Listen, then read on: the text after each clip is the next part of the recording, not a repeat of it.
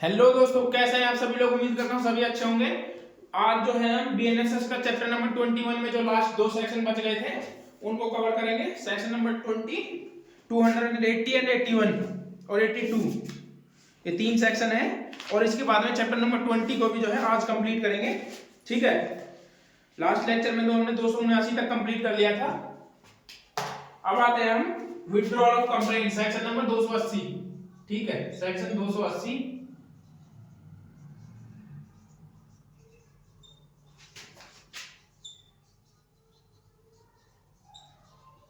Withdrawal of complaint. ठीक है, क्या कहता है देखो, if A complainant at the time before the final order is pass in any case under this chapter, मतलब कि इस चैप्टर के अधीन था जो जितने भी सम्मन केसेस होंगे उन सम्मन केसेस में जो है उनके अधीन जो होगा फाइनल जजमेंट पास होने से पहले कंप्लेनेंट किसी भी समय, कंप्लेनेंट जो होगा वो फाइनल जजमेंट पास होने से पहले, कंप्लेनेंट बिफोर फाइनल जजमेंट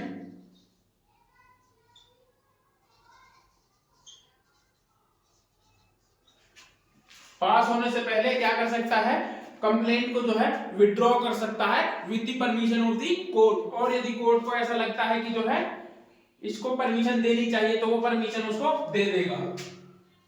आमतौर पर जो है कोर्ट परमिशन के लिए कभी भी मना नहीं करता। ठीक है, क्यों मना करेगा, बर्डन इतना ज्यादा होगा पड़ा है कोर्ट्स पर कि वो जो है परमिशन को दे देते with the permission of magistrate.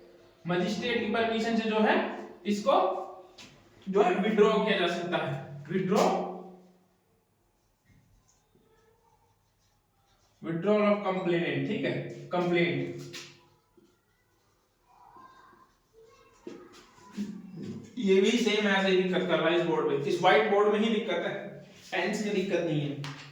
तो जब भी मजिस्ट्रेट के पास जो है इस तरह का कोई मैटर आता है, ठीक है, और कंप्लेनेंट जो होता है वो ऑर्डर पास होने से पहले किसी भी समय, चाहे वो स्टेज जो है ऑर्डर में ही लगी हुई हो, फाइल जो है फाइनल आर्गुमेंट कंप्लीट होने के बाद ऑर्डर में ही लगी हुई, लेकिन ऑर्डर आया नहीं है, तो उससे पहले भी जो है कंप्लेन यदि वो चाहे कंप्लेनेंट तो उसको विड्रॉ कर सकता है with the permission of the court. ठीक है,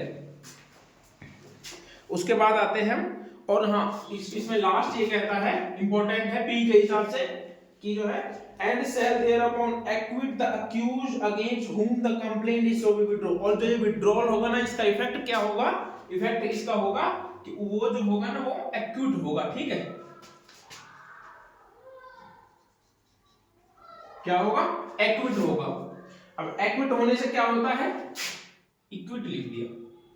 एक्विट और डिस्चार्ज दोनों में मैंने फर्क बताया था आप लोगों को, जब चार्ज कर रहे थे तब भी बताया था, ट्रायल कोर्ट का किया था तब भी बताया था, वारंट केसेस का किया था तब भी बताया था। एक्यूट कर देंगे। ठीक है, एक्यूट हमेशा होता है चार्ज फ्रेम होने के बाद में, और डिस्चार्ज होता है चार्ज फ्रेम होने से पहले। ठीक है, तो इसमें जो होगा एक्यूट कर देगा, इसका इफेक्ट जो होगा एक्यूट होगा।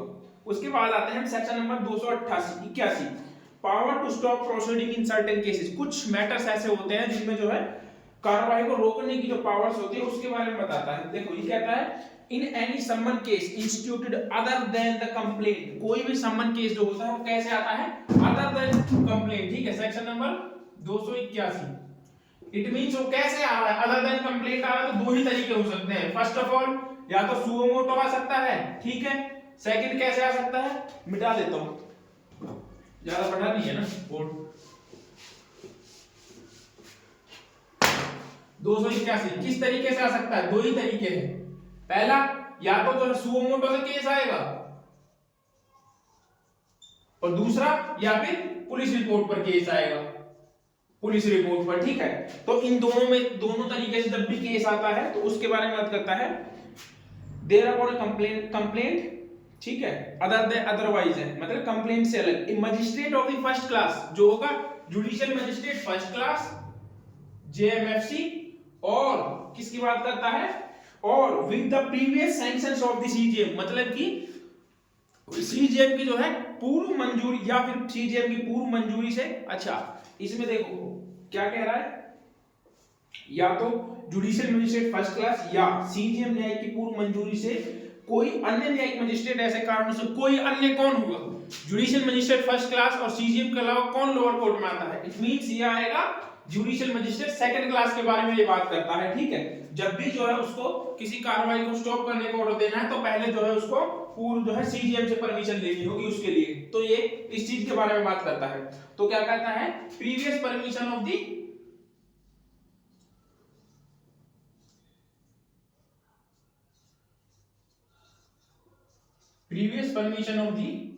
सीजीएम कोर्ट, ठीक है। इट मींस सीजीएम कोर्ट की परमिशन से। अब कहता है अन्य न्यायिक मजिस्ट्रेट ऐसे कारणों को जो लेखबद्ध किए जाएंगे कार्यवाही को किसी भी स्टेज में निर्णय सुनाए जाए बिना रोक सकता है और मुख्य साक्ष्यों की साक्ष्य को अभिलिखित किए जाने के बाद इस प्रकार कार्यवाही रोकी जाती है, वहां दोष मुक्ति का निर्णय सुना जा सकता है और अन्य दशा में उन्मोचन का। अब दो चीजें कहता है, देखो परमिशन से। दूसरा कहता है, फर्स्ट ये होगी, सेकंड कहता है कि उसके लिए उसको रीजन रिकॉर्ड करने होंगे, ठीक है। रीजन रिटर्न में लिखेगा, मजिस्ट्रेट कोर्ट जो होगी वो रीजन रिटर्न में करेगी कि मैं क्यों जो है हम इस प्रोसीडिंग को जो है रोक रहे हैं, उसको वो रीजन देना होगा। अच्छा, उसके बाद बड़ा इंपॉर्टेंट चीज है, उसको आप याद रखना। ये क्या कहता है, अभी तक हमने पढ़ा था कि जो है चार्ज डिस्चार्ज जो होता है वो चार्ज फ्रेम होने के बाद होता है, नहीं सॉरी पहले होता है, और एक्यूज जो होता है वो बाद में होता है। लेकिन यहाँ पर ये एक ऐसी मात्र एक कंडीशन है जिसमें जो होता है चार्ज फ्रेम होने के बाद भी जो होता है अक्यूज जो होता है वो डिस्चार्ज होता है। कैसे होता है, देखो इस सेक्शन में दो कंडीशंस हैं, ठीक है। मतलब कि इस सेक्शन में दो कंडीशन है। आगे क्या कहता है, देखो कार्रवाई को किसी भी स्टेज में रोक सकता है जहां मुख्य साक्ष्यों को साक्ष्य अभिलिखित किए जाने के बाद, इट मींस जहां पर जो विटनेसेस हैं, ठीक है, जो विटनेस हैं उनका यदि एग्जामिनेशन हो गया है, एग्जामिनेशन उनका हो गया है, उनको एविडेंस ले लिए हैं, कोर्ट ने उनके एविडेंस को ले लिया है और वो एग्जामिन हो गए हैं, उसके बाद में जो है किसी को छोड़ा जा रहा है, तो उसका इफेक्ट क्या होगा, तो उसका इफेक्ट होगा एक्यूटल। हमेशा याद रखना उसका इफेक्ट होगा एक्यूटल, ठीक है, एक्यूटल।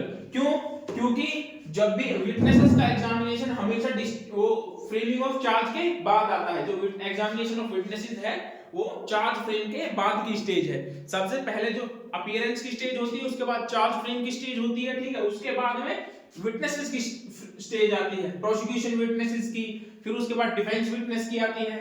वो अलग बात है, कुछ फाइल कंसिडरेशन वगैरह में जाते हैं, जो एप्लीकेशन वगैरह लगती है वो अलग चीज है, लेकिन मोटा मोटा जो है ये है।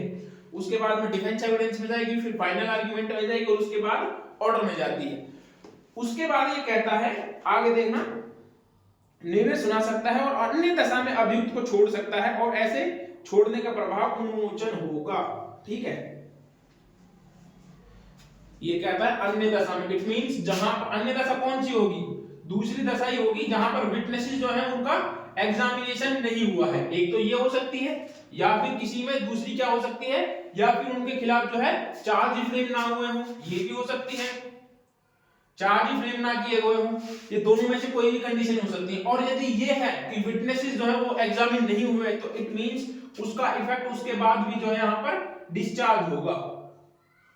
डिस्चार्ज हिंदी में बोलते हैं उन्मोचन, ठीक है। अब यहां पर ये उन्मोचन क्यों हो रहा है, एक तरफ तो हम बात करते हैं कि जो है हमेशा जो है चार्ज फ्रेम होने के बाद में हमेशा जो भी होगा वो एक्यूटल होगा, लेकिन यहां पर जो है डिस्चार्ज हो जा रहा है। क्यों हो जा रहा है डिस्चार्ज, तो ये एक मात्र एक्सेप्शन है, इस चीज को याद रखना। विटनेसेस जो है यहां पर एग्जामिनेशन नहीं होते हैं तो क्या होगा, उन्मोचन। और यदि एग्जामिन हो गए हैं विटनेसेस तो होगा उसका इफेक्ट एक्यूटल, ठीक है। ये कहता है सेक्शन नंबर 281, बड़ा इंपॉर्टेंट सेक्शन है, इसको आप याद रखिएगा। अब आते हैं सेक्शन नंबर 282 पर। यह कहता है कि कब जो होंगे समन मैटर्स जो होंगे वो वारंट मैटर्स की तरह ट्रीट किए जा सकते हैं या फिर उसमें उनमें बदले जा सकते हैं। समन मैटर जो कब जो है वारंट मैटर में बदले जा सकते हैं, ठीक है। समन मैटर को वारंट मैटर की तरह, ठीक है।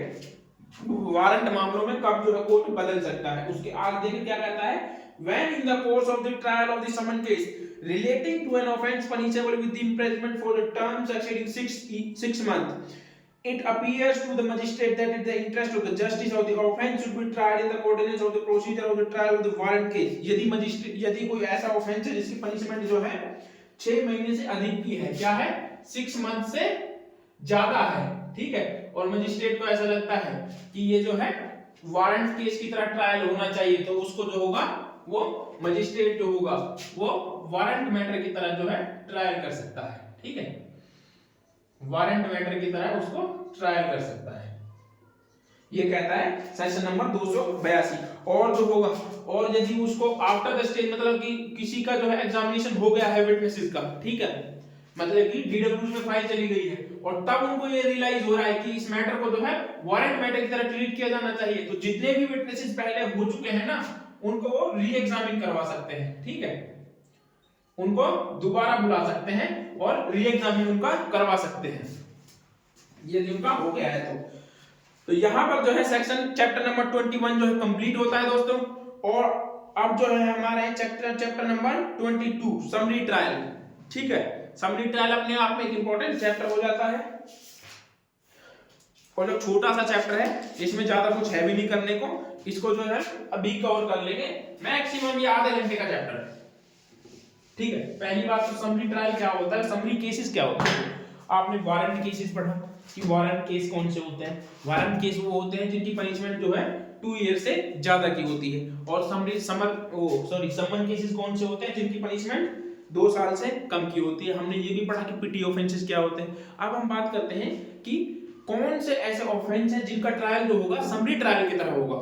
और ये समरी ट्रायल है क्या, देखो समरी ट्रायल कुछ नहीं है, ये कुछ ऐसे छोटे ऑफेंसेस होते हैं जिनको तेज विचारण किया जाता है, जिनका स्पीडी ट्रायल किया जाता है। ठीक है, और ये जो मैटर्स होते हैं कभी कभी जो है एक दो हियरिंग में ही कभी कभी डिसाइड हो जाते हैं, 1 मंथ में भी डिसाइड हो जाते हैं। ठीक है, इसका मतलब ही ये था, इसका ऑब्जेक्टिव ही ये रहा था कि न्यायपालिका जो है छोटे मैटर्स पर जो है ज्यादा टाइम उसको जो है बर्बाद ना किया जाए और जो है उनका स्पीडी डिस्पोज ऑफ हो। ठीक है, तो इसलिए कुछ ये प्रोविजन किए गए हैं जिनमें जो है बताता है किस प्रकार के ऑफेंसेस हैं और किस तरीके से स्पीडी ट्रायल मींस क्या है कि जो इसमें यदि मजिस्ट्रेट ने कोई ऑर्डर दे दिया तो उसके खिलाफ जो है आप अपील में नहीं जा सकते।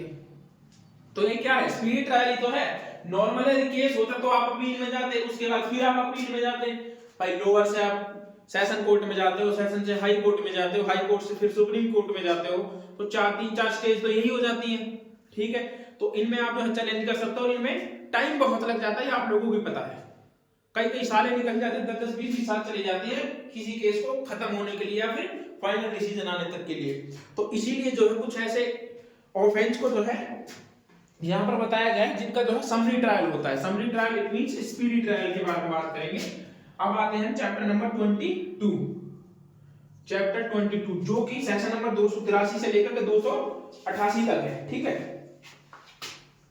283 से 288 तक, 283 से 288 समरी ट्रायल।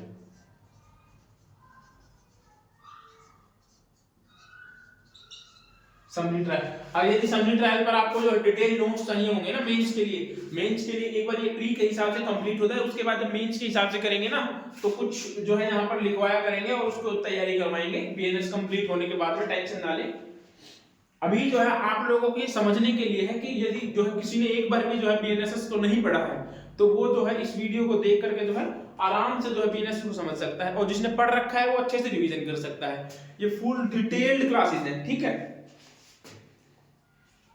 अब आते हैं सेक्शन नंबर 283, इसको आप स्पीडी ट्रायल भी बोल सकते हैं।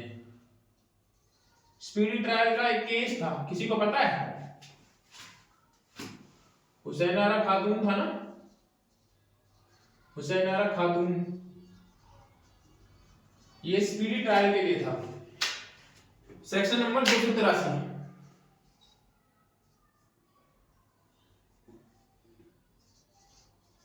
आगे आएंगे जब केस में जब बताएंगे, अभी याद आ गया तो लिखवा दिया, बाद में कहीं फिर भूल ना जाए।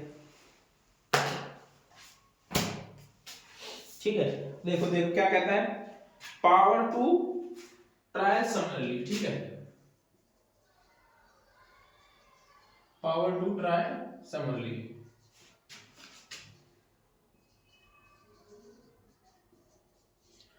इट मींस संक्षिप्त विचार करने की शक्ति किनके पास है। इस संहिता के किसी बात के होते हुए भी यदि, कौन है इसमें, 2 की बात करता है, पहला सीजीएम, दूसरा judicial magistrate first class.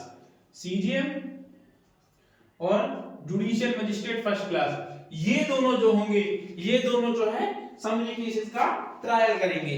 Summary cases का जो है याद रखना, इस चीज को प्री में पूछ लेते हैं कि किसके पास जो है समरी केसेस को ट्रायल करने की पावर है। Judicial magistrate second class, first class, CGM, court of session, तो उनमें याद रखना सीजीएम और judicial magistrate first class JMFC को, ठीक है, इन दोनों को ये पावर है।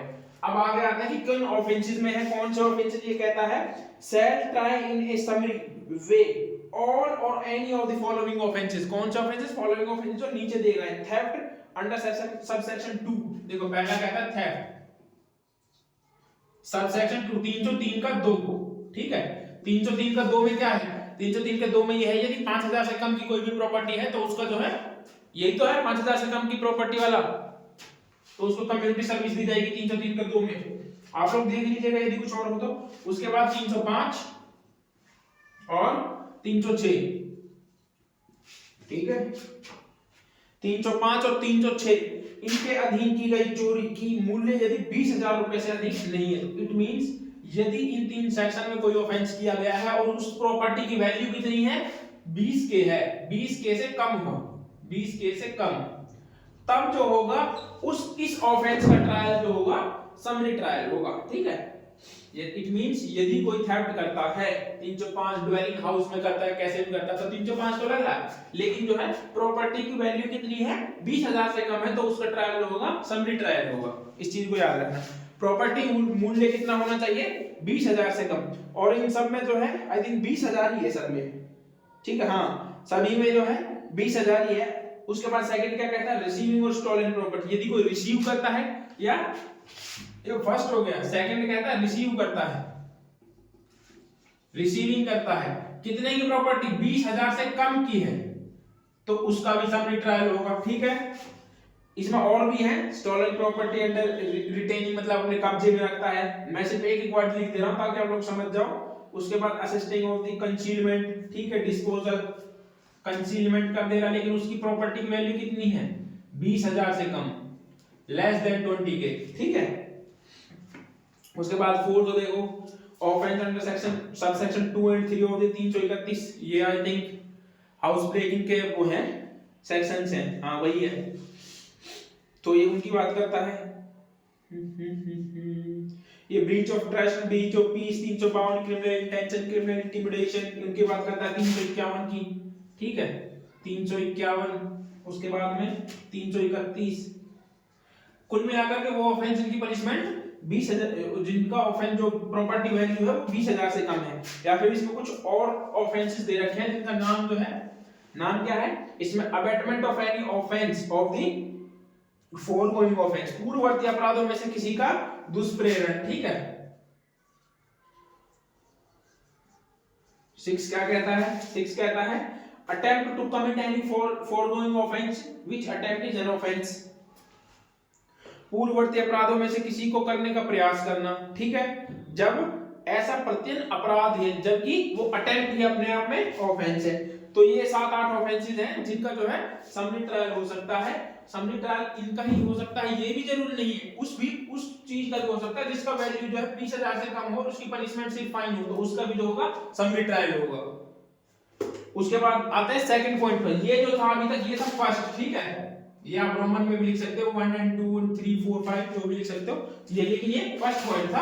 अब आते हैं सेकंड पॉइंट पर, तो ये क्या कहता है, देखो द मजिस्ट्रेट में after giving the accused A reasonable opportunity of being heard, तो इसकी ये कहता है कि मजिस्ट्रेट जो होगा ना वो अक्यूज्ड को जो होगा रीजनेबल अपॉर्चुनिटी देगा, पहले मजिस्ट्रेट रीजनेबल अपॉर्चुनिटी,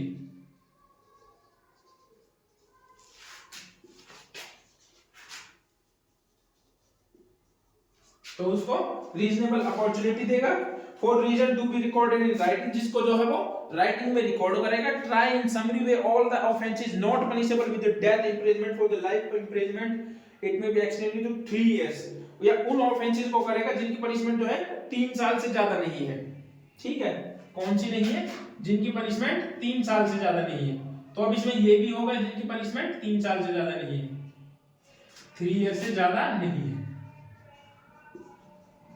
तो अब ये भी आ गया कि कितने साल तक ऑफेंसेस का ट्रायल कर सकता है, 3 इयर्स तक के। समरी ट्रायल में 3 साल तक के जितने भी ऑफेंसेस है उनका ट्रायल होगा, ठीक है। प्रोविजो क्या कहता है, provided that no appeal shall lie against the decision of magistrate. याद रखना मोस्ट इंपॉर्टेंट प्रोविजो है एमसीक्यू के हिसाब से और इस पूरे चैप्टर में कि मजिस्ट्रेट के ऑर्डर के खिलाफ जो है अपील नहीं होगी, उसका डिसीजन जो होगा वो फाइनल होगा। नो अपील शैल बी लाई।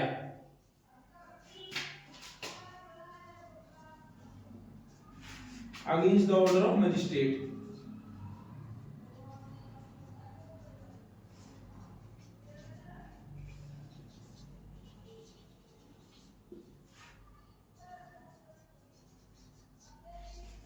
ठीक है, उसके बाद थर्ड पर आते हैं। थर्ड क्या कहता है, जब संक्षिप्त विचारण के दौरान मजिस्ट्रेट के प्रतीत हो कि मामला इस प्रकार का है कि उसका विचारण संक्षिप्त किया जाना वांछनीय है तो मजिस्ट्रेट के साक्ष्यों की जिनकी परीक्षा की जा चुकी है पुनः बुलाएगा, मामले को उस रीति से पुनः सुनने के लिए अग्रसर होगा।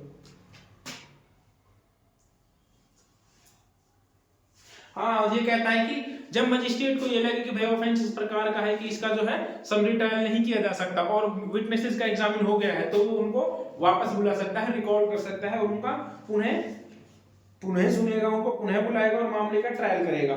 उसके बाद आता है section number 284 284।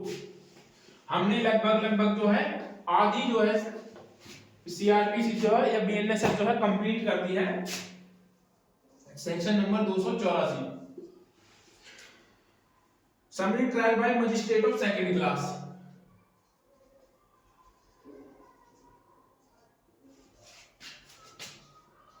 Summary trial by judicial magistrate second class, ठीक है, जेएमएससी। एफसी है, जेएससी है, जुडिशियल मजिस्ट्रेट सेकंड क्लास। ये कहता है कि हाई कोर्ट जो होगा, हाई कोर्ट किसी जुडिशियल मजिस्ट्रेट सेकंड क्लास को जो है एम्पावर्ड कर सकता है कि वो जो है क्या करे, तो ये ऑफेंसेस हैं, समरी ट्रायल है, उन ऑफेंसेस का जो है ट्रायल करे।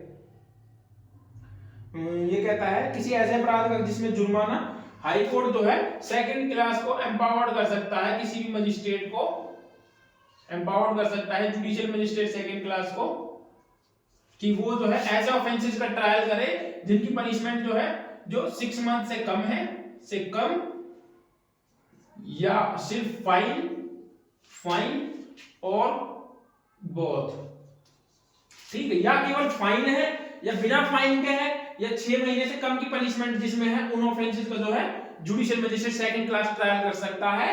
किसकी परमिशन से, हाई कोर्ट ने जिसको एम्पावर्ड किया गया हो। याद रखना इसको, हाई कोर्ट ने जिसको एम्पावर्ड किया हो वही जुडिशियल मजिस्ट्रेट सेकंड क्लास कर सकता है। और सेकंड क्लास मजिस्ट्रेट करेगा तो किन मैटर्स को करेगा, उनको जिनमें जो है जिनकी पनिशमेंट 6 मंथ से कम की है।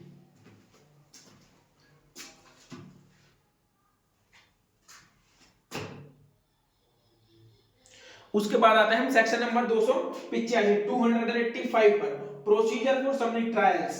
संक्षिप्त विचारण की प्रक्रिया के बारे में बात करता है। इस अध्याय के अधीन विचारणों में इसके पश्चात इसमें जैसा वर्णित है उसके सिवाय इस संहिता में संबंध मामले के विचारण के लिए निर्दिष्ट प्रक्रिया का अनुसरण किया जाएगा। तो जो आपसे पहले जो हमने प्रोसीजर पढ़ा, पहला कि जो ट्रायल के लिए ना पहले पूरे प्रोसीजर को फॉलो किया जाएगा। उसके बाद कहता है कि 3 महीने से अधिक की अवधि के लिए कारावास का कोई दंडादेश इस अध्याय के अधीन दोषसिद्धि के मामले में नहीं दिया जाएगा।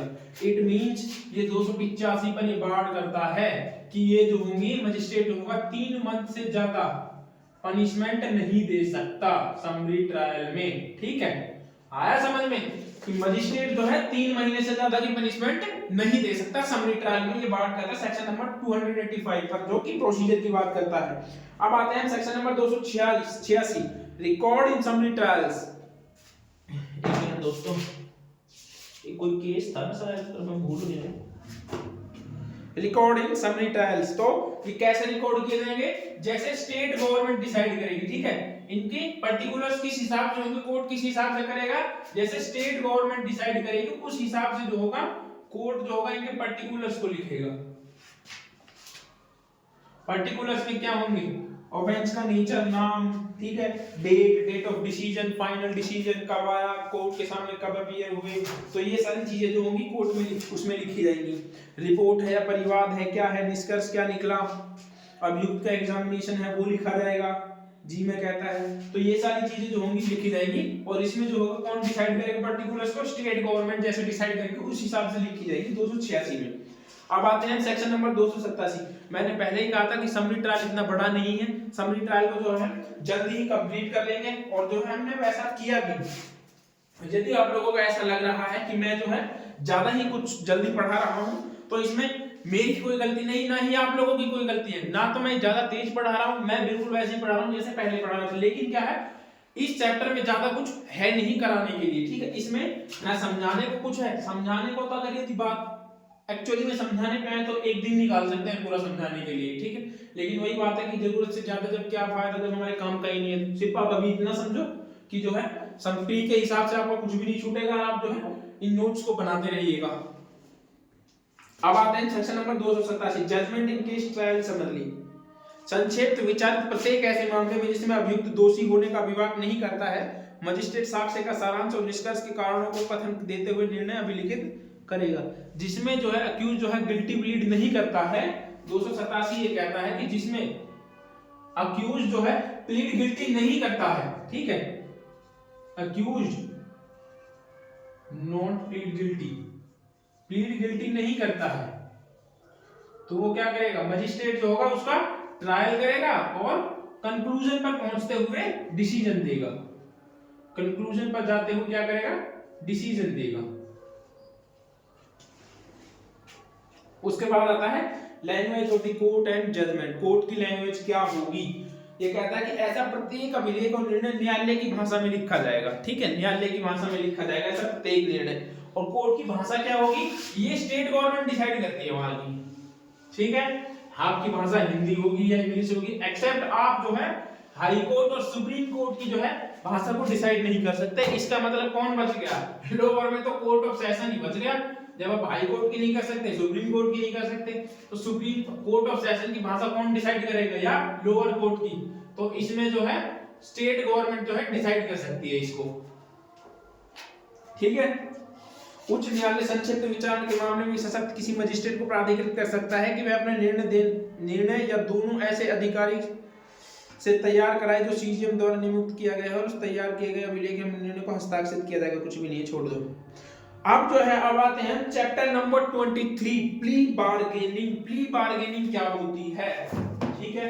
अब देखिए मुझसे जो है कोई ऑफेंस हो गया, ठीक है, मान लीजिए मुझसे कोई ऑफेंस हो गया, अब वो गलती से हुआ कैसे भी हुआ वो एक अलग मैटर है, ठीक है। लेकिन अब जो है मैं प्री बार्गेनिंग करना चाह रहा हूँ, ठीक है, प्री बार्गेनिंग करना चाह रहा हूँ, तो उसके लिए क्या करेगा, और कोर्ट को भी कोई सबूत नहीं मिल रहे भाई, प्री बार्गेनिंग के लिए प्रोसिक्यूशन कब मानेगा, जब उनको जो है कोई सबूत नहीं मिल रहे। और वो जो कहेगा कि आप जो है उनमें से जो है मेरी एक की हेल्प कर दीजिए, आपकी जो है कम सजा हो जाएगी, तो उसमें जो है अक्यूज जो होता है वो क्या करता है, वो मान जाता है और प्ली बार्गेनिंग के लिए तैयार हो जाता है। अक्यूज आवेदन कर देता है कि वो प्ली बार्गेनिंग करना चाह रहा है। उसके बाद में दोनों पार्टीज बैठ करके डिसाइड करती हैं कि जो है कितना आप कंपनसेशन दोगे अक्यूज से, कि कितना आप कंपनसेशन दोगे, कितनी पनिशमेंट आपको होनी चाहिए। तो उस हिसाब से जो है एक रिपोर्ट तैयार करके जो है कोर्ट को भेज दी जाती है, और कोर्ट जो होगी वो उस रिपोर्ट के हिसाब से ही जो फाइन और पनिशमेंट देगी। अब उसमें बात अलग है, फिर वो अलग चीज आ जाती है कि यदि कोई फर्स्ट टाइम ऑफेंडर तो उसको 1/4 दी जाती है, सॉरी 1/6 दी जाती है, यदि कोई रिपीटेड है तो उसको 1/2 दी जाएगी। तो जब आगे पढ़ाएंगे तो अभी सिर्फ इतना समझो कि प्ली बार्गेनिंग होती क्या है, ठीक है। बार्गेनिंग का मतलब क्या होता है, सौदा करना, किसी चीज का सौदा ब्याह। मंडी वाला नहीं है जो सब्जी मंडी में आप करते हो, वो नहीं करना, ठीक है। तो यहाँ पे क्या है, कुछ ऑफेंसेस है जिसको एक्सेप्शन दिया गया है कि आप उन ऑफेंसेस को जो है प्ली बार्गेनिंग नहीं कर सकते, बाकी आप सब में कर सकते हैं। आप जो है मतलब कि कंप्लेनेंट या फिर जो होगी विक्टिम और अक्यूज पार्टी जो है दोनों बैठ करके जो है डिसीजन लेते कि भाई हाँ मुझे 10 लाख कंपनसेशन चाहिए, तो वो एग्री हो जाता है और उसको मतलब मान लीजिए कि वो सहमत हो जाते हैं कि मुझे 1 साल की जेल और 10 लाख रुपए कंपनसेशन दिए जाए, तो कोर्ट जो है इससे बाउंड हो जाती है फिर, और वो जो है उसको मान लेती है। लेकिन कोर्ट बस इसमें ये देखती है कि जो प्ली बार्गेनिंग के लिए जो अक्यूज ने जो आवेदन दिया है, एप्लीकेशन लगाई है, वो जो है उसने वॉलंटियरली लगाई हो। अगर मजिस्ट्रेट को थोड़ा भी शक होता है तो मजिस्ट्रेट उसको क्या कर देता है, डिनाई कर देता है। और रिजेक्ट करते हुए उसका नॉर्मल ट्रायल करता है। प्ली बार्गेनिंग हमेशा एक ही ऑफेंस में हो सकता है, सेम ऑफेंस में नहीं हो सकता। मतलब कि आपने जैसे एक बार थेफ्ट कर दिया, उसके बाद आपने दोबारा थेफ्ट कर दिया, तो आप जो है प्ली बार्गेनिंग का सहारा नहीं ले सकते। लेकिन यदि आपने कोई और ऑफेंस कर दिया है, तब भी आप जो है प्ली बार्गेनिंग ले सकते हैं। तो ये होता है प्ली बार्गेनिंग। सौदा विवाद करना, मजिस्ट्रेट से ये बोलना कि भाई साहब मियां बाप जो भी है, आप मेरी पनिशमेंट को जो है थोड़ा कम कर दीजिए, उसके लिए जो है वो कोर्ट की हेल्प कर देगा बदले में, कि जो है प्रोसीजर में वो प्लीड गिल्टी कर लेगा। और जो है प्लीड गिल्टी का अलग चीज है, मतलब कि वो मान लेगा उस चीज को। एक तरीके से मानना ही है कि यदि आप सौदा कर रहे हो किसी चीज से कि जो मुझे इतनी पनिशमेंट मिलनी चाहिए, इतना मैं कंपनसेशन दे दूंगा, ठीक है, तो उस हिसाब से जो है डिसाइड करते हैं दोनों पार्टीज बैठ करके। तो ये होता है प्ली बार्गेनिंग, जो पहले 21A में था, 2005 या 6 में जोड़ा गया था, आई थिंक ये सीआरपीसी में सर 2005 में था, हाँ 2005 में ही था, 21A चैप्टर था। अब जो है सेक्शन नंबर 289 से लेकर के 300 तक है ये। इनके कुछ प्रोविजन 11 से 12 सेक्शन है इसमें, इनको कवर कर लेंगे लास्ट लेक्चर में। बड़ा मजा आएगा इसमें पढ़ाने में भी, उम्मीद करता हूँ आप लोगों को भी जो है मेरे से ज्यादा मजा आएगा, ये मैं दावे के साथ कह सकता हूँ आपको। ठीक है, आज का लेक्चर जो है यही समाप्त करते हैं, मिलते हैं अब नेक्स्ट वीडियो में। Thank you, bye bye.